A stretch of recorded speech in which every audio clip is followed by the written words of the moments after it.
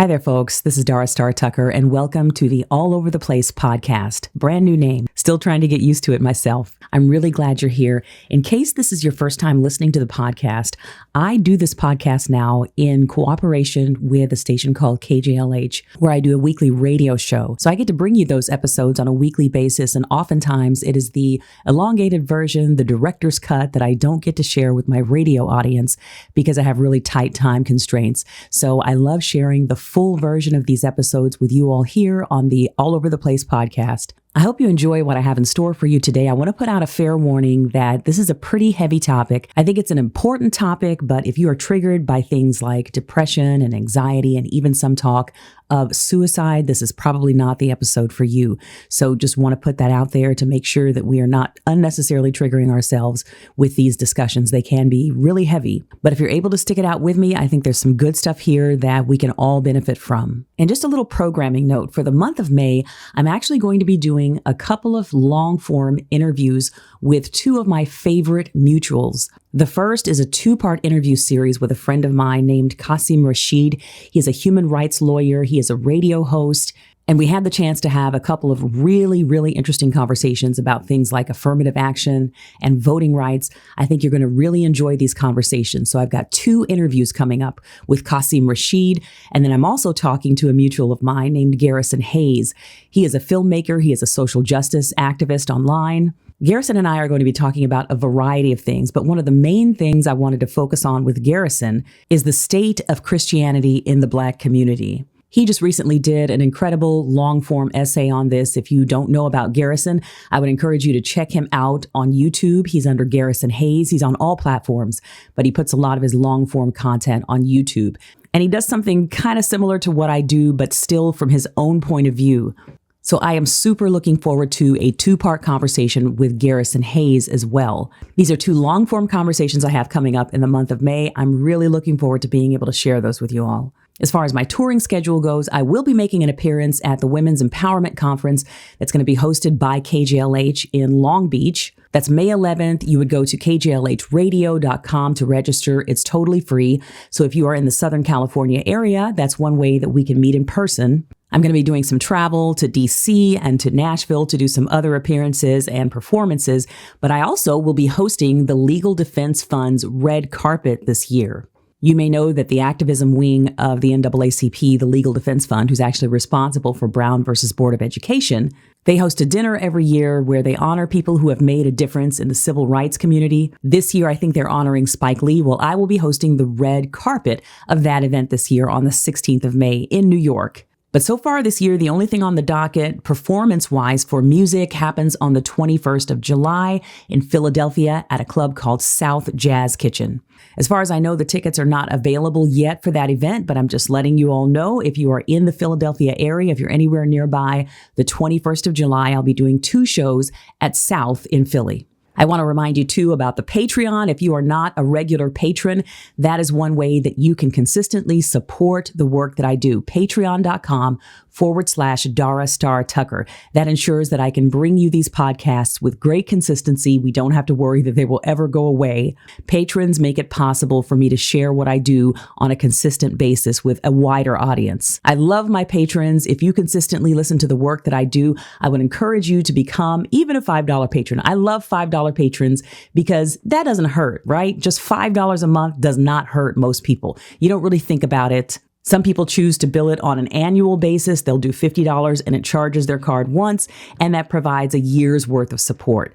And it makes a huge difference to us as creators to know that we have consistent patrons who make our work possible. So thank you to those of you who have already signed up for the Patreon. If you have not, it is patreon.com/Dara Star Tucker. You can also visit darastartucker.com to pick up merchandise from The Breakdown. You may know that I do a regular series on my socials called The Breakdown. Well, I have merch there on my website. My radio show is also called The Breakdown. So we've got t-shirts, we've got mugs, all sorts of things to show your support for The Breakdown. And if you all would like for us to create all over the place swag, let me know and we'll get some of that stuff put up online as well. So I'm going to send you over now to this week's show on mental health and the Black community. I hope you enjoy this. Again, if this topic is a bit heavy for you, I would say to sit this one out. But I hope you're able to appreciate and absorb it because it's a topic that's really, really close to my heart. So you have a wonderful day. Take care of each other, and I will see you next week.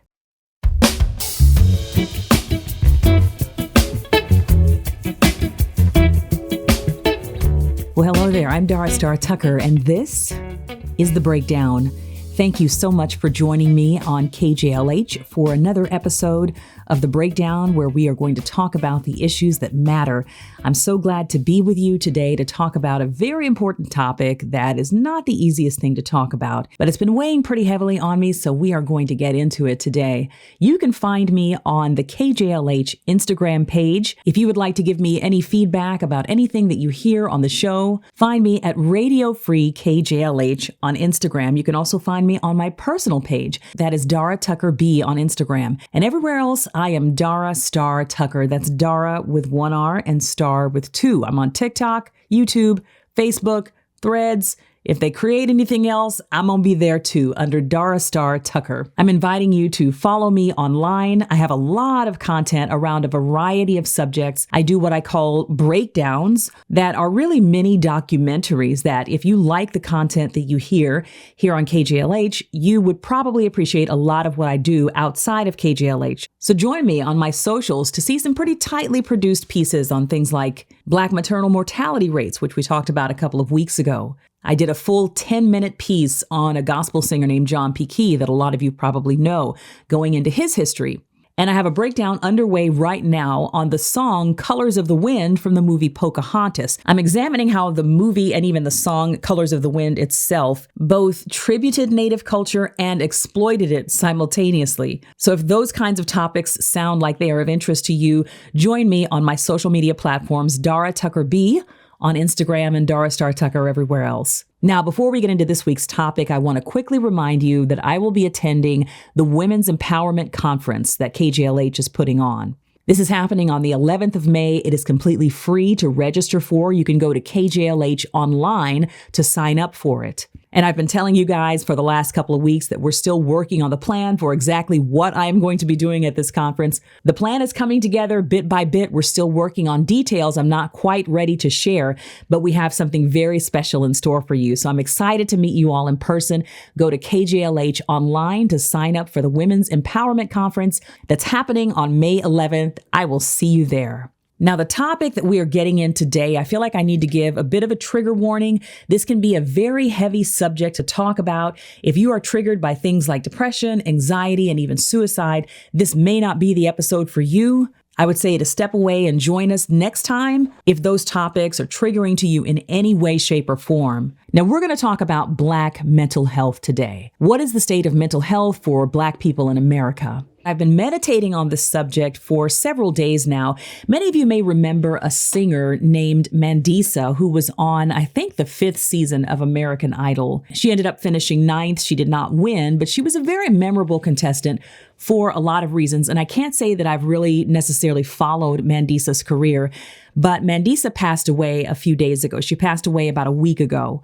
And we don't know the cause of her death yet, but Mandisa was a very vocal spokesperson for mental health issues, specifically depression, which is something that she dealt with for years. And I sort of vaguely followed Mandisa's career from afar. I really did not know a lot about her as a person. I know a lot of people who do know her. I used to live in Nashville, Tennessee, which is where she lived. So I know a lot of people in the music industry that were very much connected to her. But I did not know Mandisa personally, and I really didn't pay a whole lot of attention to what happened to her after Idol, except to know that she was a CCM singer. She was a contemporary Christian music singer. She had a huge hit in 2013 called Overcomer that was featured on Good Morning America. Robin Roberts, when she was going through her cancer diagnosis, that song was a great inspiration to her. So they became good friends, and she was on Good Morning America a lot. So she had a fairly high-profile career after American Idol. And she always seemed like a very happy, upbeat sort of person,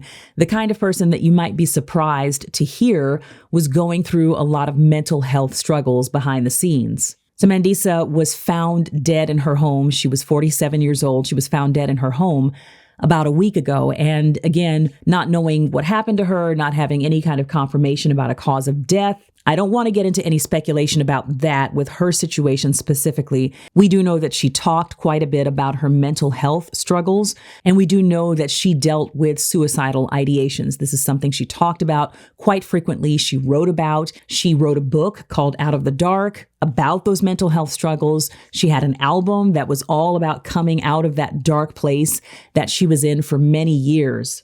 And it just kind of shook the foundation. It shook my faith in a way where I was questioning a lot. And as Casting Crown sings, it's a slow fade. I just went deeper and deeper into that pit and really struggled with my faith and struggled with depression in a way that I hadn't before. And so Out of the Dark is really the songs that I was writing. They were being very honest about this battle with depression. And so this book is really a continuation of that. And it's a journey. It's not, I can't say that I have arrived and I'm, depression is behind me and I'm no longer struggling with that. I can say that it's a journey that God has me on. So it was just jarring for me to see someone who had been so honest about their struggle, who had been so upfront about working towards coming out of this very, very dark place, pass away in this sudden way. We're all hoping at this point that it's not what we think it may be, and we have to wait to find that out. But her passing really has me thinking a lot about Black mental health. What is the state of mental health in the Black community? I was also reminded this week of a woman named Chesley Christ, and she was a reporter for the entertainment news outlet called Extra. She was Miss USA in 2019. She was gorgeous. She seemed to have everything. But in 2022, she took her own life. And this story really shook me to my core. It still does, honestly. And today, ironically, is Chesley's birthday, April 28th. And much like Mandisa, she was so bubbly and so full of life, and you never would have known that she was going through any sort of a health crisis. And according to the news reports, she jumped from a high-rise window in her New York apartment. And it came as a surprise to a lot of the people around her because she was just so vivacious and so happy and presented so well. People had absolutely no idea that she was going through severe depression behind the scenes. And I'm reminded of Chesley this week because her mother, who is now an advocate for people dealing with mental health issues, has released Chesley's posthumous memoir called By the Time You Read This. I saw her mother recently discussing this book on the Tamron Hall Show and CBS This Morning, and this was a story that Chesley wanted to share with the world. Even though she was hiding her struggle with depression, and her mother said she really wouldn't have wanted anyone to know about this. But she's hoping now that Chesley's story can help people in the struggles that they're dealing with. As you all may remember, a couple of weeks ago, I did a show on medical racism, and I talked about the maternal mortality rate. I talked about kidney transplants in the Black community, and a lot of those stats and figures that you find when you're researching things like this can be so jarring and so disconcerting. Why is our physical health in so much worse shape than so many other racial groups, than every other racial group? We have higher risk factors for pretty much every illness that there is than any other group. And unfortunately, it's no different when it comes to mental health. According to the Department of Health and Human Services, Black people are 20% more likely to deal with mental health crises than the general population. We're talking about things like depression and anxiety, PTSD, suicide. But the catch is that only 25% of us are likely to seek out help with our mental health versus 40% of white people. Now, according to the National Alliance to End Homelessness, being unhoused can lead to a higher likelihood of mental health issues, as well as a person's exposure to violence. And unfortunately, Black folks are 40% of the homeless population. We're about 13% of the population at large, but we make up 40% of the homeless population, which increases our risk of mental health crises exponentially. We are also more likely than any other racial group to be exposed to violence, which is also a factor in mental health crises. One of the other really interesting things that we're learning about mental health in this age of gene research is that trauma can be passed down generationally through something called intergenerational transmission. And this means literally, if you have ancestors who have gone through trauma, you are more likely to experience mental health crises because of what your ancestors went through. This kind of thing can be passed down through your genes. And very similarly, we now know that stress can affect the way that a fetus develops. If a mother is under high stress during her pregnancy, that can affect a fetus in the womb. Now, I want to tell you, this is a subject that really hits home for me these days. I would never have thought that I would be the type of person to struggle with my mental health. I definitely went through depressive episodes. I would say I was a very melancholy teenager. I'll put it like that. By the time I got into my 20s and I was in college and a little bit thereafter, I started to notice that those mild depressive or melancholy episodes were really becoming much more serious and much more extended. Sometimes they would last for months at a time. I was still pretty high functioning. I could do what I needed to do, but I noticed that my mood and my spirits were just consistently low. I just wasn't having a good time in life. And this is supposed to be a really happy time in a person's life. When they're in college, they're in young adulthood, they don't really have a whole lot of responsibility. Their whole life is ahead of them. But life really just started to feel like a slog at that time. And I didn't seek out any professional help because, frankly, I did not have insurance. And there were a whole lot of other mitigating factors, which I'm going to talk about here in just a minute, that impact why a lot of Black folks do not seek out help with their mental health. But, I had family, frankly, who dealt with the same thing. It was something that I saw around me all the time. And so I just thought, well, this is just how our family is. This is just how we cope with stuff. We deal with these low episodes and then we just move on. I was doing a little bit better than the generation before me, so I figured I would get through it. And I kind of did get through it, but it took a lot longer than it probably should have. Now, fast forward to the pandemic. It had been a lot of years since I really struggled with anything mental health related, but suddenly I found myself dealing with some pretty severe anxiety. And I was someone who didn't even really know when people would say I have anxiety, I didn't really know what they meant. I had never really felt the feeling of anxiety, but I started dealing with this in a pretty severe way during the pandemic, to the point that I had to seek treatment for the first time in my life. And I had to go on medication for a time to manage those symptoms. I was fortunate to have a Black female therapist at that time. And she let me know that they were struggling during the pandemic, trying to keep up with the demand for therapists because so many people were seeking treatment for depression and anxiety and all kinds of other mental health challenges. So at the very least, I knew that I wasn't alone, even though I was dealing with something that I did not understand. But this subject is very near and dear to my heart. And I think a lot of us end up suffering needlessly, particularly in the Black community, for a variety of reasons, because we are hesitant or we're afraid of seeking out mental health care. Now, I quoted that statistic earlier from the Department of Health and Human Services that only 25% of Black people who are dealing with mental health struggles are likely to seek out treatment versus 40% of white people who are dealing with mental health struggles. So what are the reasons for this? Why are we less likely to seek help for mental health issues than other groups are? Well, there are many reasons, but I'm going to tell you the top 7 reasons that I have identified. The number one reason I would say is a distrust of Western medicine. Modern psychotherapy was created by Western Europeans. Freud, the father of modern psychotherapy, was an Austrian man. There tends to be a lot of distrust of even the concept of psychotherapy within the Black community because that is not our tradition. That is a Western tradition, and many of our traditions are based upon Eastern philosophies. We depend a lot on our community to get us through things, and we depend a lot on our faith. So for a lot of folks, this psychotherapy, now I don't know nothing about that. I know something about Jesus. Give me Jesus. I don't need them doctors. And I've heard that all my life from elder family members and church folks. I've heard sermons preached against going to the psychologist. Psychotherapy is just something that isn't really thought of as culturally Black for a lot of people. The number 2 reason, there is a huge stigma within a lot of the Black community that you are crazy, quote unquote, if you need to see a therapist or a psychiatrist. This is old school thinking, but it is still quite prevalent in a lot of corners of our community. Oh, I'm not going and seeing a psychologist. I'm not crazy. I may be having a few struggles, but I'm not crazy like that. The minute that you have to go see a professional,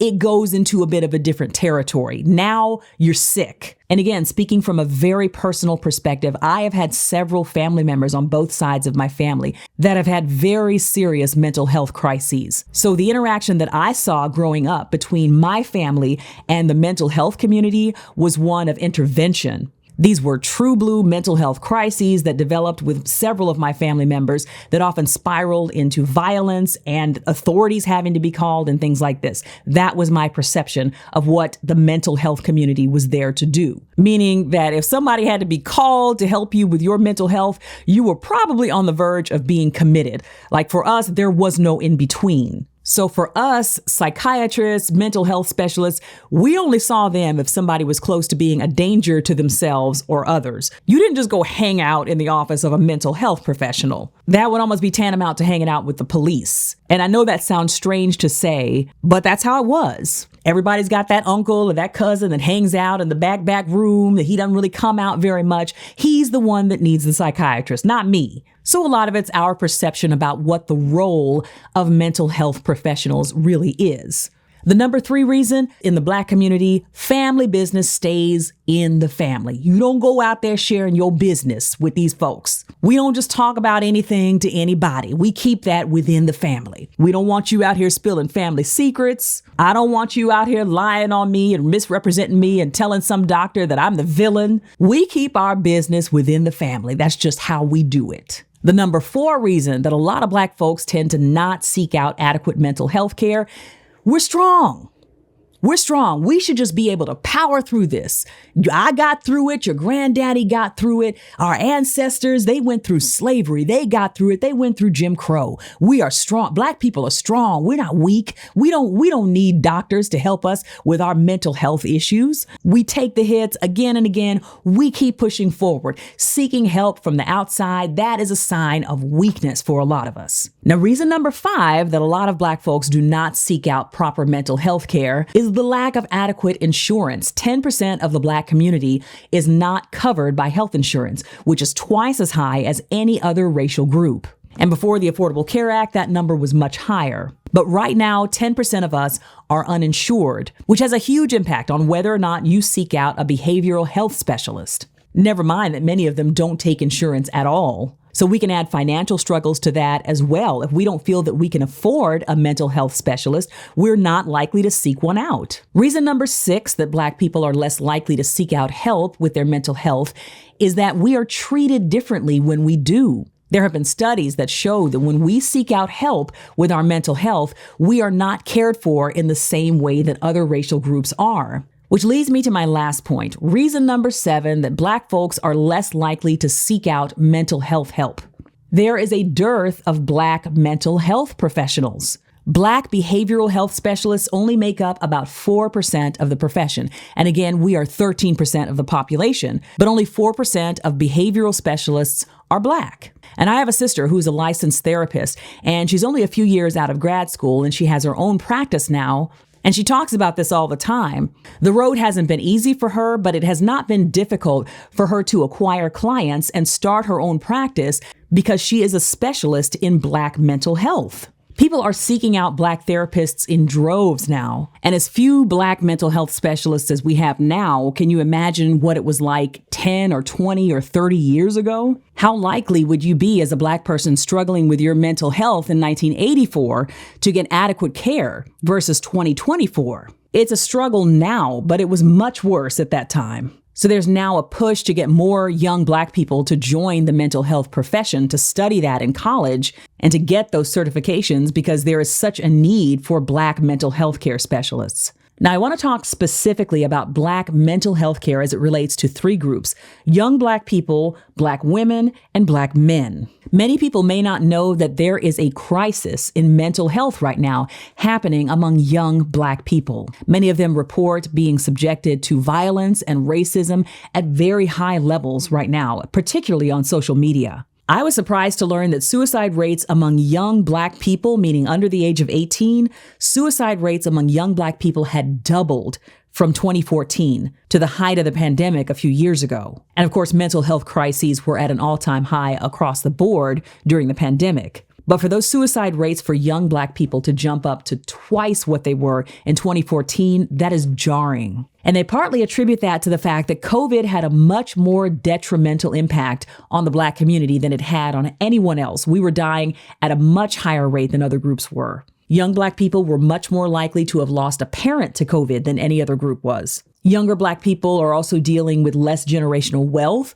They're dealing with more financial insecurity and less access to mental health experts. And they are also treated differently in the healthcare space than other kids are. This happens with children as well. And how are these issues affecting Black women? Black women are much more likely to suffer with mental health issues, but we are much less likely to seek out help for our mental health issues. And a lot of this, I think, goes back to that strong Black woman trope. We feel like we have to carry the weight of the world on our shoulders.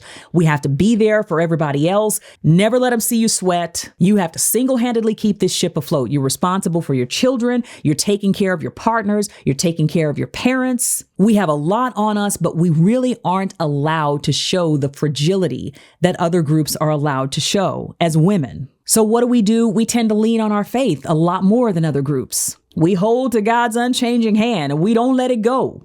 A lot of churches, you'll notice, are filled with a lot of Black women who are getting through the best they can. They are utilizing those resources of community to get through their difficult times. They are depending on their faith in God. And they are powering through just like their mothers did and their grandmothers before them. And what about Black men? Black men are half as likely to pursue mental health counseling as white men. And I think for men in general, they are much more likely to see it as a threat to their masculinity. I should not need help. If I'm seeking outside help, that's a sign of weakness.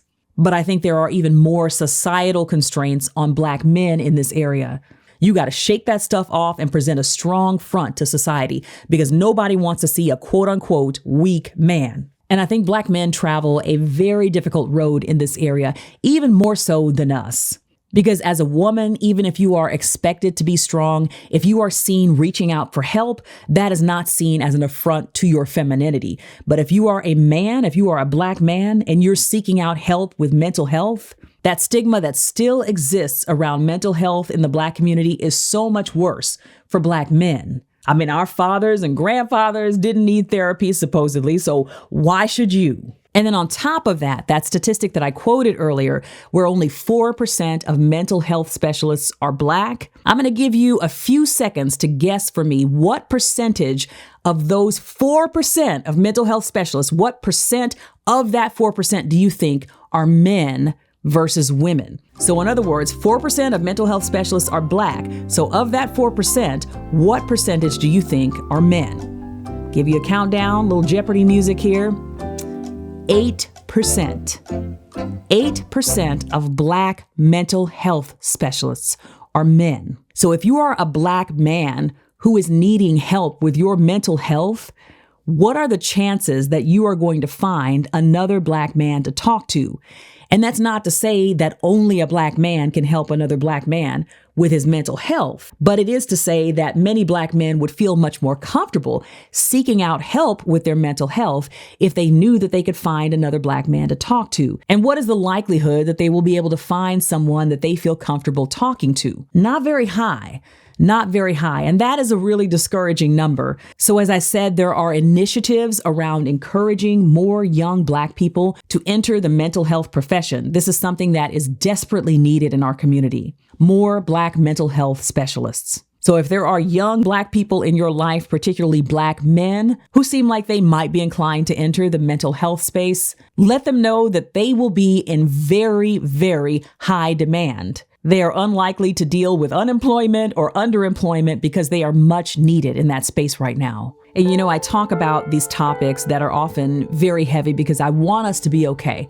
I want us to be all right. If we need help, we need to be able to seek out that help without fear of being stigmatized or being judged, particularly around the issue of mental health. And if you're dealing with mental health crises, there are always avenues for you to get the help that you need. You can always dial 988 for the Suicide and Crisis Prevention Hotline. There are specialists on the other end of that line that can help you walk through those mental health crises and can hopefully help you transition into more comprehensive care in the long term. Let's seek out care. Let's not be afraid to say, I'm struggling right now. Things are difficult, but I know I can get through this with the right kind of help. Well, that's my time for this week. My name is Dara Star Tucker. You can find me on Instagram at Dara Tucker B or on the KJLH Instagram page at Radio Free KJLH. You can also download their app and listen to this show at any time. You can listen to us in podcast form at kjlhradio.com. Catch up with any of the shows that you may have missed online. And don't forget to register for the Women's Empowerment Conference that's happening on May 11th.